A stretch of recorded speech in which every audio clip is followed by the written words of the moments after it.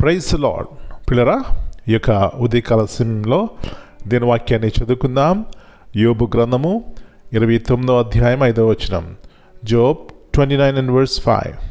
సర్వశక్తుడు ఇంకను నాకు తోడయుండెను, నా పిల్లలు నా చుట్టూ నుండిరి.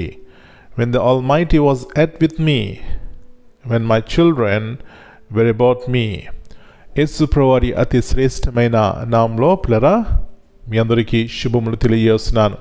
మరి యొక్క నూతన ఉదయకాల సమయంలో దేని వాక్యము చేత దేవుడు నన్ను బలపరచడానికి ఆయన ఇష్టపడ్డాడు. కాబట్టి పిల్లరా ఆయనకి కృతజ్ఞత ఆశలు చెల్లించుకుందాం.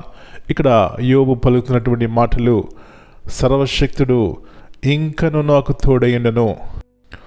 చాలాసార్లు మనం అనుకుంటూ ఉంటాం, దేవుడు నాకు తోడుగా ఉన్నాడు కాబట్టి మంచి ఆరోగ్యం ఉంది, ఆస్తి అంతస్తులు ఉన్నాయి, భోగభాగ్యములు ఉన్నాయి.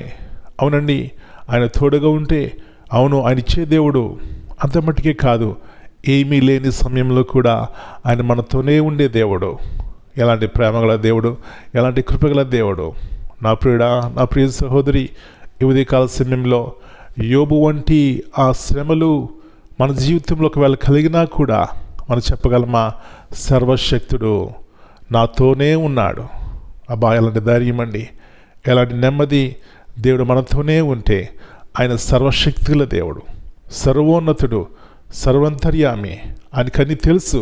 ఈ సత్యాన్ని మనం తెలుసుకున్నప్పుడు అన్ని సమయాల్లో కూడా అంటాం, ప్రభువా నువ్వు నాతోనే ఉన్నావు అని. పిల్లరా, దేవుని మహింపరుస్తాం, ఘనపరుస్తాం, ఆయన యందు ఆనందిస్తాం. అలాంటి కృప ఈ ఉదయకాల సమయంలో దేవుడు మనందరికీ దయచేయనుగాక.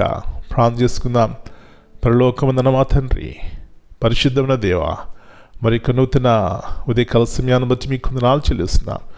యోబు గుర్తించినాడు, ప్రభువా సర్వశక్తి గల దేవుడు, ఎప్పుడూ మీరు మాతోనే ఉంటారు. కష్ట నష్టాల్లో, ఇరుకు ఇబ్బందుల్లో, బాధల్లో, సంతోషంలో, దుఃఖంలో కూడా మీరు మాతోనే ఉంటారు. అందుని బట్టి మీకు వందనాలు చెల్లిస్తున్నాం. మీరు ప్రభువా మాకు తండ్రివి, మేము మీకు కుమారులము, కుమార్తెలము. ఎలాంటి ధన్యత యేసు ప్రభువారి ద్వారా మీరు మాకు ఇచ్చినారు.